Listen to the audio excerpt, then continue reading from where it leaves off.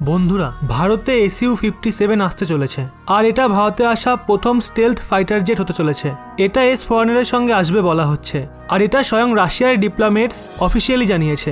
এর কি মানে দাঁড়ায় সেটা তো আমি আপনাদের বলবোই। এর সঙ্গে আমি আপনাদের আর একটা কথা জানিয়ে রাখি, শুধু SU-57ই না, তার সঙ্গে MiG-35, সুখোই 35ও ভারতে আসছে।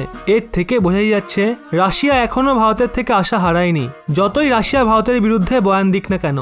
কেননা রাশিয়া জানে যে ভারতই একমাত্র দেশ যাকে রাশিয়া সব থেকে বেশি হাতিয়ার এক্সপোর্ট করে, আর সেই মার্কেটকে রাশিয়া কিছুতেই হারাতে চায় না। আর রাশিয়া এও জানে ভারতই একমাত্র দেশ যে SU-57 স্টেলথ ফাইটার জেট বিপুল পরিমাণে কিনে তার যে কস্ট রয়েছে, মানে যেই পয়সা সে লাগিয়েছে বিমান তৈরিতে, সেটা উসুল করতে পারবে।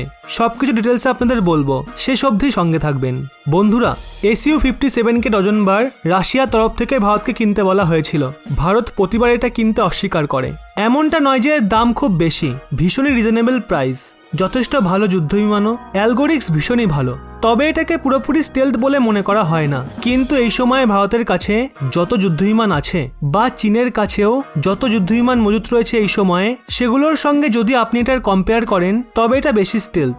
এমনকি চীনের J-20 থেকেও বেশি স্টেলথ এটা, আর ভারত এটাকে কিনেও নেবে। কিন্তু সমস্যা এখানে একটাই রয়েছে, যেই হাতিয়ার রাশিয়া ভারতকে বিক্রি করে সেই হাতিয়ারই সেম কনফিগারেশনের সঙ্গে রাশিয়া চীনকেও বিক্রি করে দেয়, যার ফলে ভারত চীনের ওপর ভারী পড়তে পারে না।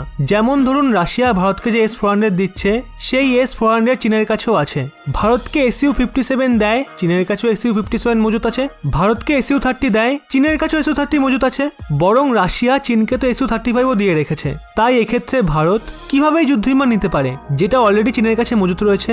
ভারত বিলিয়ন বিলিয়ন ডলার খরচ করে SU-57 নেবে, পরে সেই SU-57 রাশিয়া চীনকেও দিয়ে দেবে।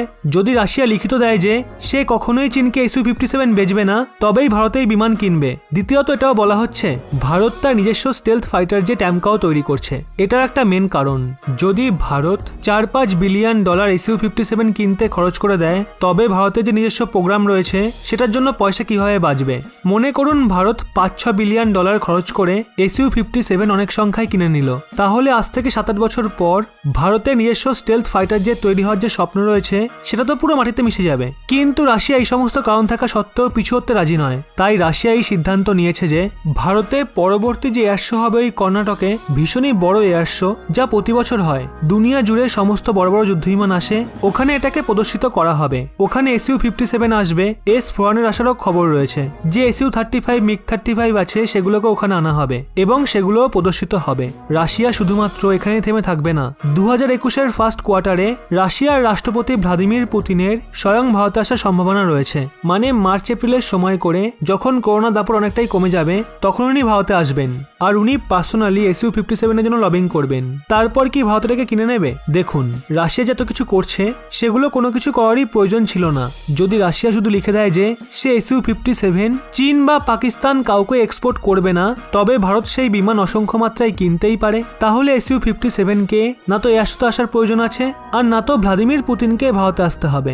যেমনটা রাশিয়া S-400 এক্সপোর্টের সময় বলেছিল যে সে পাকিস্তানকে কখনো S-400 বেচবে না। SU-57 এর সময় ঠিক একইভাবে চীনকে যুক্ত করে লিখিত দিক যে সে কখনোই SU-57 চীন বা পাকিস্তান কাউকেই বেচবে না। তবে ভারত SU-57 অসংখ্য মাত্রায় কিনে নেবে, আর লিখিতটা দিতে রাশিয়ার কোনো সমস্যা হবে বলে মনে হয় না। কারণ ভারত তো এত বড় একটা রিস্ক নিচ্ছে, ভারতকে আমেরিকান এলিগেশনে সামাল দিতে হবে। এমনকি ভারতের ভবিষ্যতে নিজস্ব প্রজেক্টগুলোও পড়ে রয়েছে।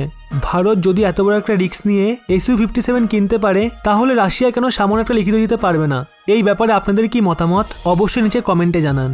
পারলে এই ভিডিওটি প্রত্যেককে শেয়ার করুন, কারণ এই বিষয়ে প্রত্যেকের মতামত জানা অত্যন্ত জরুরি। আর এরকমই ব্যাক টু ব্যাক আপডেট পেতে রহস্য বাংলা এই চ্যানেলটি সাবস্ক্রাইব করে পাশের বেল আইকনটি অল করে রাখুন।